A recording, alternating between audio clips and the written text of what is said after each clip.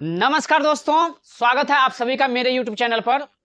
आज हम ईरान के द्वारा 2-3 देशों पर जिस तरह से अटैक किया गया है और अल जजीरा जो कतर का एक प्रमुख अखबार है, उसी के माध्यम से हम उनके खतरनाक अटैक को समझाने जा रहे हैं। और अभी जो है खाड़ी देशों में हालात काफी तेजी से बिगड़ते जा रहे हैं। अमेरिका जो कहा था वो किया और ईरान ने भी जो कहा था वो कर रहा है।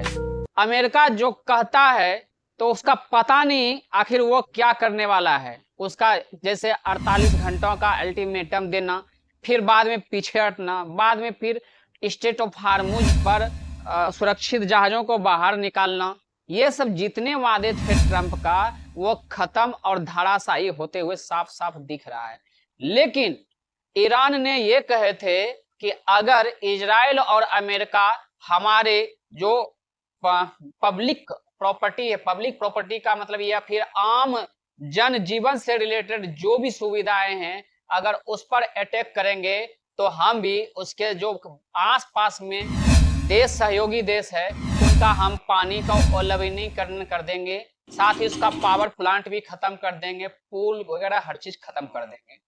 वही हुआ, अमेरिका ने ईरान के एक पुल को जो इसने निशाना बनाया, अमेरिका उसको तोड़ के क्षतिग्रस्त कर दी। अब ईरान जो है ना ये भी पगला गए हैं।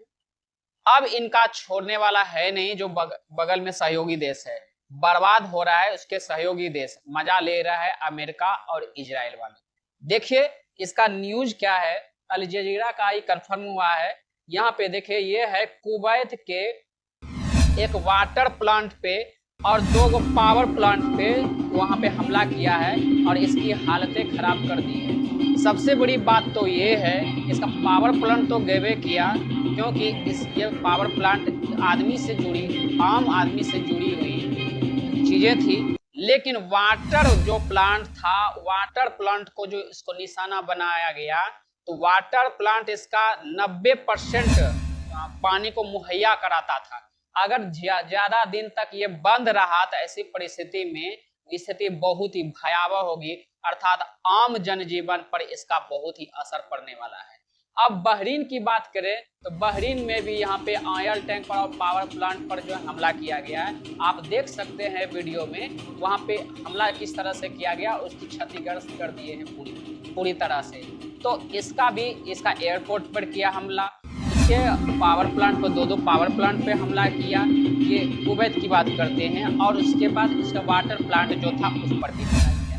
यहाँ बात करते हैं तो यहाँ पे ऑयल जो रिफाइनरी थी, देखिए आग लगता हुआ और आग पर काबू पाता हुआ दिखाई दे रहे हैं। तो ऐसी परिस्थिति में यहाँ भी उनकी हालतें खराब हो रही, पावर प्लांट वगैरह ध्वस्त होना स्टार्ट हो गया। अब इसकी बात करते हैं, यूएई की बात करते हैं। आबू धाबी शहर में पेट्रोकेमिकल पे जो है ना अटैक किया गया है और यहाँ पे धुआं उठता हुआ दिख रहा होगा, विजिबल होगा पूरी तरह से। तो मेरा कहने का मतलब ये होता है कि अब स्थिति पूरी तरह से भयावह होना स्टार्ट हो गया है, आम जनजीवन पर इसका अब असर पड़ना स्टार्ट हो गया है। और दुनिया जानती है कि युद्ध अगर लंबा खिंचता है तो आम जनजीवन पर इसका असर जरूर पड़ता है। तो अल जजीरा का भी कहना है कि इसमें किसी भी व्यक्ति का हताहत अर्थात घायल या मरने की खबर नहीं है। तो हम बता दें कि आदमी को पावर प्लांट खत्म कर दीजिए, वाटर खत्म कर दीजिए, आदमी का वाटर खत्म कर दीजिए, उनके बाद इसका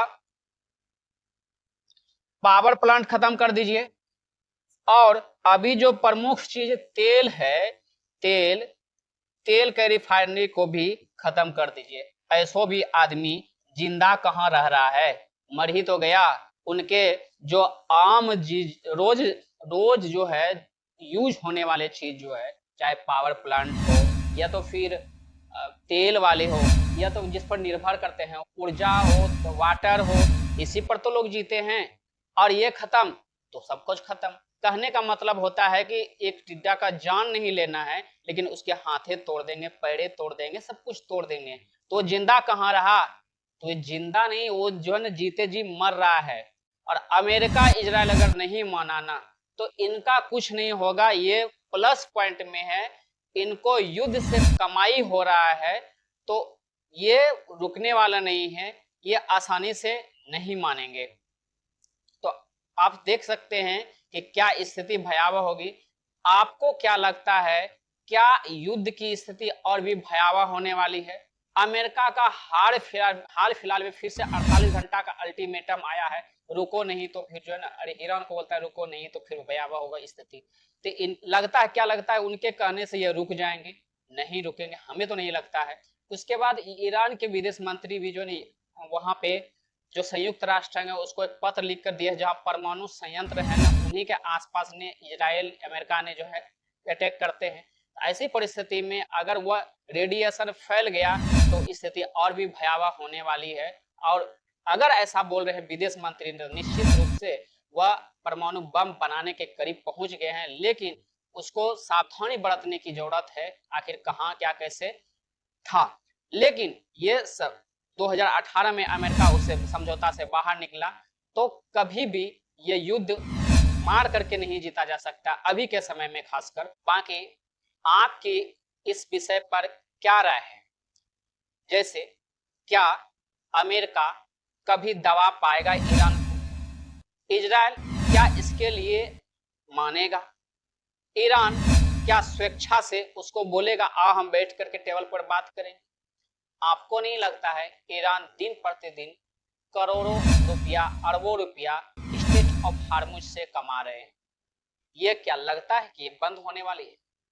एक महीने में लगभग 1000, 2000, 3000 एक दिन में वो डेरी कर लेते हैं, वो सही ड्रोन। और ड्रोन का ही पावर है कि जो है पूरी दुनिया को भी नचा रहा है। तेल का हालत खराब कर दे, गैस का हालत खराब कर दे दुनिया में, अर्थव्यवस्था चरमरा गई है। तो आप अपनी राय कमेंट पे जरूर लिखें, और नए हैं तो मेरे चैनल को सब्सक्राइब करें। सब्सक्राइब करने से आपका तो कुछ नहीं जाता, लेकिन मेरा मनोबल पूरी तरह से बढ़ जाता है, और हम अच्छे से अच्छे और विश्वासी न्यूज लाने में हम भी इच्छा जाहिर करते हैं।